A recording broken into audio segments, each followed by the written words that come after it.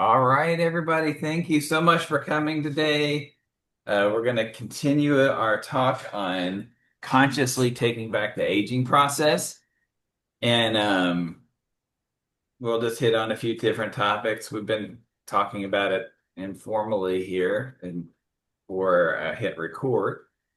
But we were talking about hyperhomocysteemia, and that is when you have a chronic inflammation due to a lack of B12 and a lack of folate.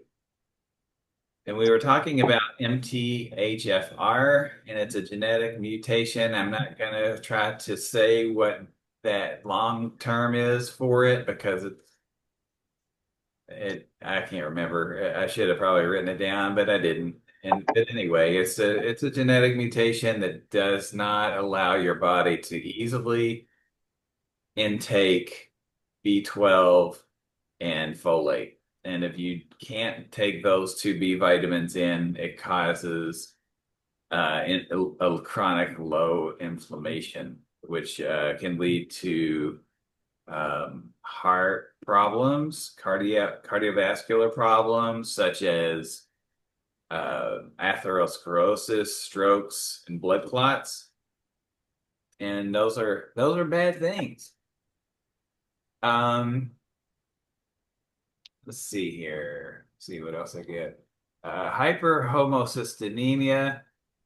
It causes a decreased mitochondrial respiration and lowers ATP production, which is the body's energy powerhouse. So, person feel tired all the time, or often, a lot of the time, and that if that is the reason, you can get a homocysteine test through most any lab. You can get them through your doctor. I don't know if they'll be covered by insurance or not. Some of the stuff is, um,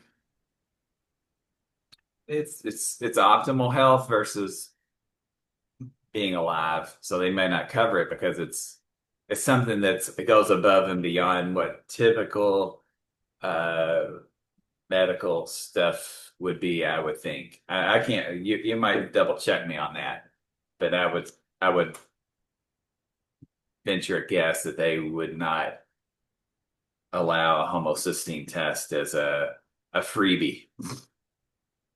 Um, so anyhow, go with that. I will do a quick commercial just to get that out of the way. I'm Dr. Darren Mills with Freedom Whole Health. I do all kinds of things. I have a Rife machine, hyperbaric oxygen chamber. I sell supplements. I have a sauna. I do cupping, nutritional consultations. So please tell your friends, come to these Zoom meetings. I'd be more than happy to answer uh, anybody else's questions that come in, and I'm just excited to talk about these topics. Again, Dr. Darren Mills, my number is 502-410-1270, and that's all we'll talk about that. Now, like we talked about, I think we talked about it a little bit, MTHFR gene. It is when the body does not retain folate and B12, and that causes inflammation um, in the form of homocysteine. So, comprehensive intervention that can help, of course, is to take a B vitamin. Um, I would say, what do they call that? A complex. It has all of them in there. Still may not be enough though. You might, that's why a blood test would be important to check on that because if you are still low on B12 and folate, it really would need to add more B12 and folate to just a B complex. But it certainly would help to have a B complex added to. Uh, a good uh, overall intervention is called CAPAREST, and that's by Biotics Research. I'm going to read to you what that says because I can't remember what all these things say, what all these things are for. So, but CAPAREST is long known been to reduce inflammation in the body. So it's been used. That's what it's used for in through Biotics Research. I'll I'll read this. Designed by Dr. Alex Vasquez,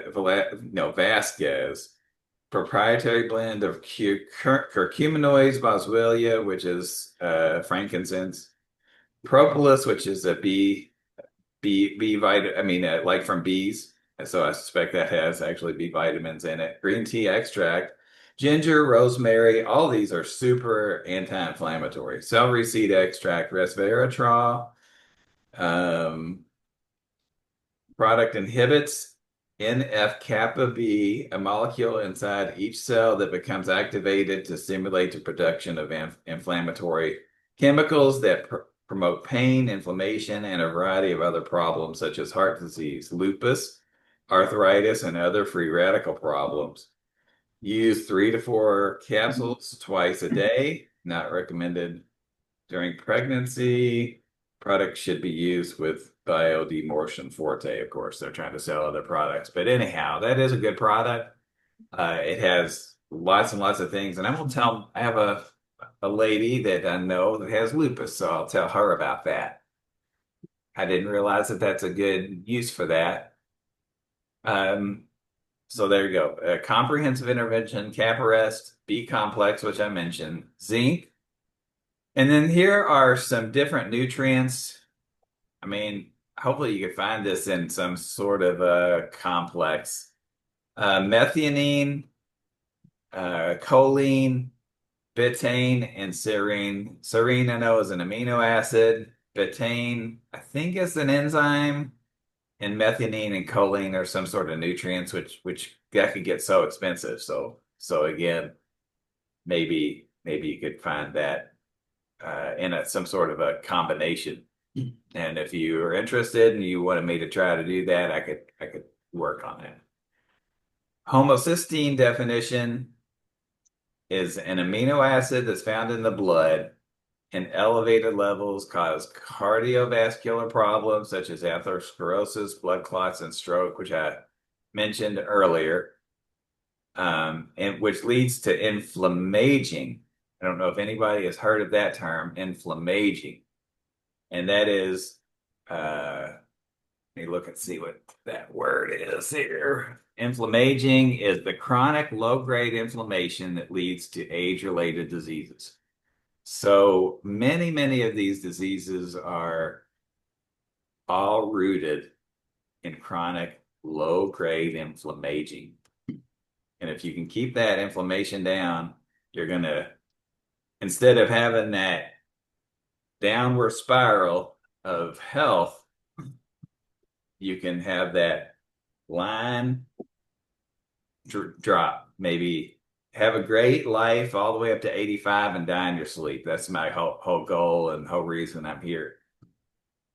Again, I've been talking to this about my dad lately, about the golden years. You know, both my dad and my grandpa, they said the golden years aren't so golden. And I think they can be golden. It has to happen where a person takes an interest in these preventive ways to keep inflammation down. Of course, exercise is always good too. So anyhow, telomere nutrient relationships. So we were talking about telomeres last time and probably several other times, and that is a strand that's in your DNA molecule. If you have longer telomeres, a person's going to live longer.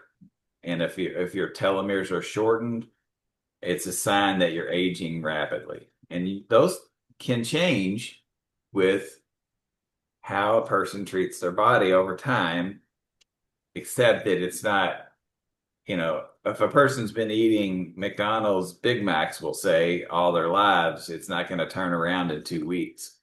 So many people want these things to turn around quickly and it won't happen. This is again a journey, a um a well, I'm looking at the different word than adventure, but I guess journey is the best one that I can think of right now, is that it's a quest, for lack of a better word, to continue to use this as your hobby.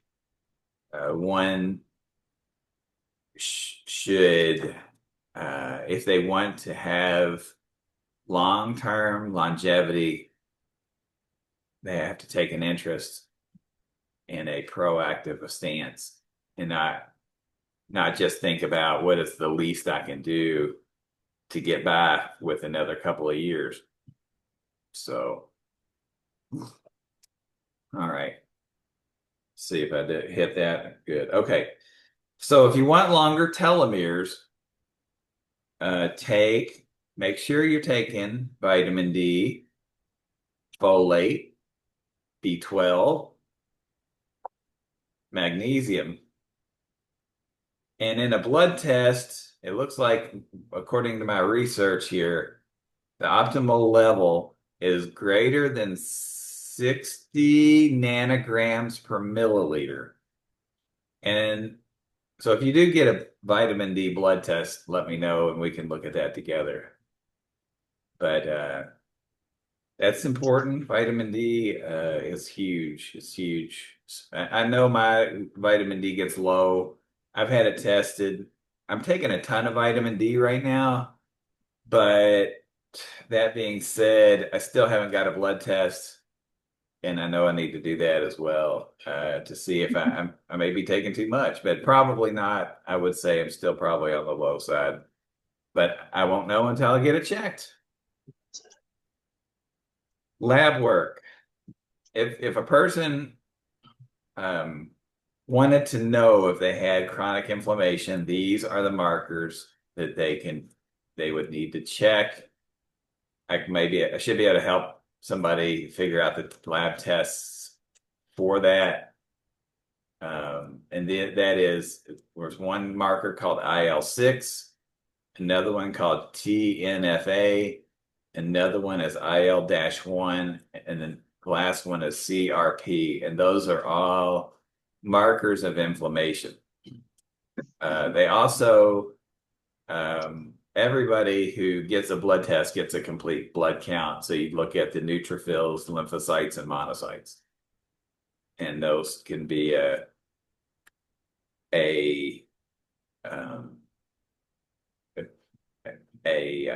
indicator if you have inflammation or not. And the last thing I'm going to talk about, and I'm not going to talk about this fully, but I started looking into it before I got on here and hit record. It's called protein folding, and I was confused about what protein folding means. I mean, I'd never heard that term before I went to the seminar. And the best I can see is protein folding is where a chain of amino acids folds into a unique three-dimensional shape essential for biological function. So again, protein folding, where a chain of amino acids fold into a unique three-dimensional shape essential for biological function.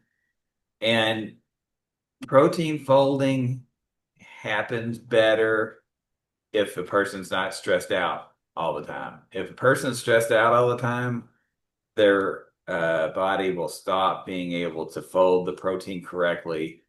That turns into catabolism versus anabolism, and I've talked about that in the past series in this topic. And we want to stay in an anabolic state where our body is building, rather than getting torn down. And if it's getting torn down faster than it's getting built up, it's simple math. and our bodies are going to start uh, breaking down. Our telomeres are going to shorten, and we're not going to have that straight. Well, I did it up, but straight and then down. We're going to have a stroke, and that's what we don't want. Um, I still think that finding a way to get more protein as we age, our body cannot digest protein like we used to be able to.